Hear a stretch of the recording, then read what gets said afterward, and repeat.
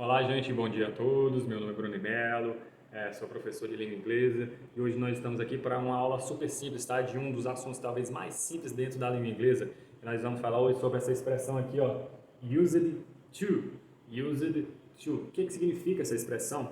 Ela significa que eu estou falando de past habits.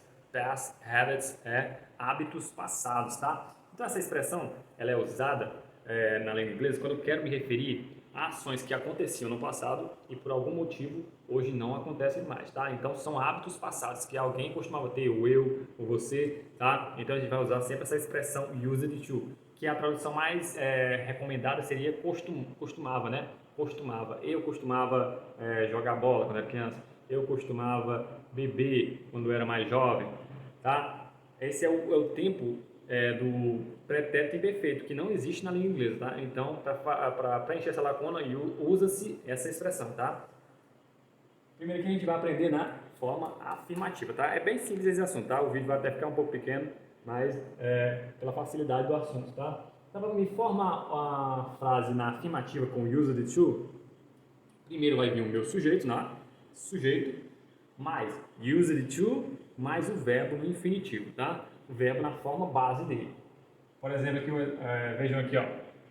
I used to play soccer with my friends, tá? Então esse é o exemplo que a gente vai usar tanto na negativa como na interrogativa. I used to play soccer with my friends. Eu costumava, tá? Então essa expressão aqui, a tradução melhor para ela vai ser costumava sempre. Eu costumava jogar. Play é o verbo jogar, pode ser o verbo tocar, brincar, tá? Vai depender do contexto da frase. Como é que eu vou traduzi-la? No caso, como tem soccer na frente, tá? Então a tradução melhor seria jogar mesmo, tá? Então eu costumava jogar futebol com meus amigos, with my friends. Então era um hábito que eu costumava ter quando eu era mais jovem, tá? E por algum motivo hoje não acontece mais, tá? Então sempre que eu quiser falar de hábitos passados, eu vou usar essa expressão, used to, tá?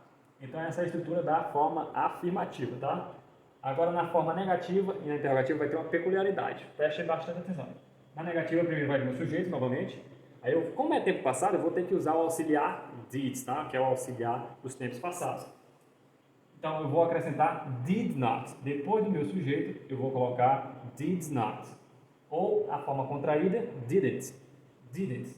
Mais used to. Agora, preste atenção. O verbo use não tem mais o D no final. Ele está na forma base dele, tá? Porque como a gente aprende sempre no Simple Past, quando tem um auxiliar, o auxiliar did já significa que a frase está no passado, tá? Então o verbo a seguir não precisa ficar no passado também. Então vem o sujeito, mais o did not, mais o used to, tá? Sem o D no final, mais o verbo principal. Como é que ficou a frase agora? I didn't used to play soccer with my friends, tá? Eu não costumava jogar futebol com meus amigos, ok? Essa é a estrutura da forma negativa. Agora vamos para a interrogativa, tá? Na interrogativa também vou ter que usar o auxiliar did. Ó, para isso ele vai vir antes do sujeito. Para me fazer uma interrogativa eu vou colocar o auxiliar did antes do sujeito, tá? Então vou começar com did para abrir a pergunta, depois o meu sujeito, depois used to novamente sem o D, né? Por causa do did. O did já significa que a frase está no passado. E depois do used to vem o verbo principal, mais, né? Para finalizar a pergunta, o ponto de interrogação. Então a mesma frase fica assim, ó. Did I used to play soccer with my friends?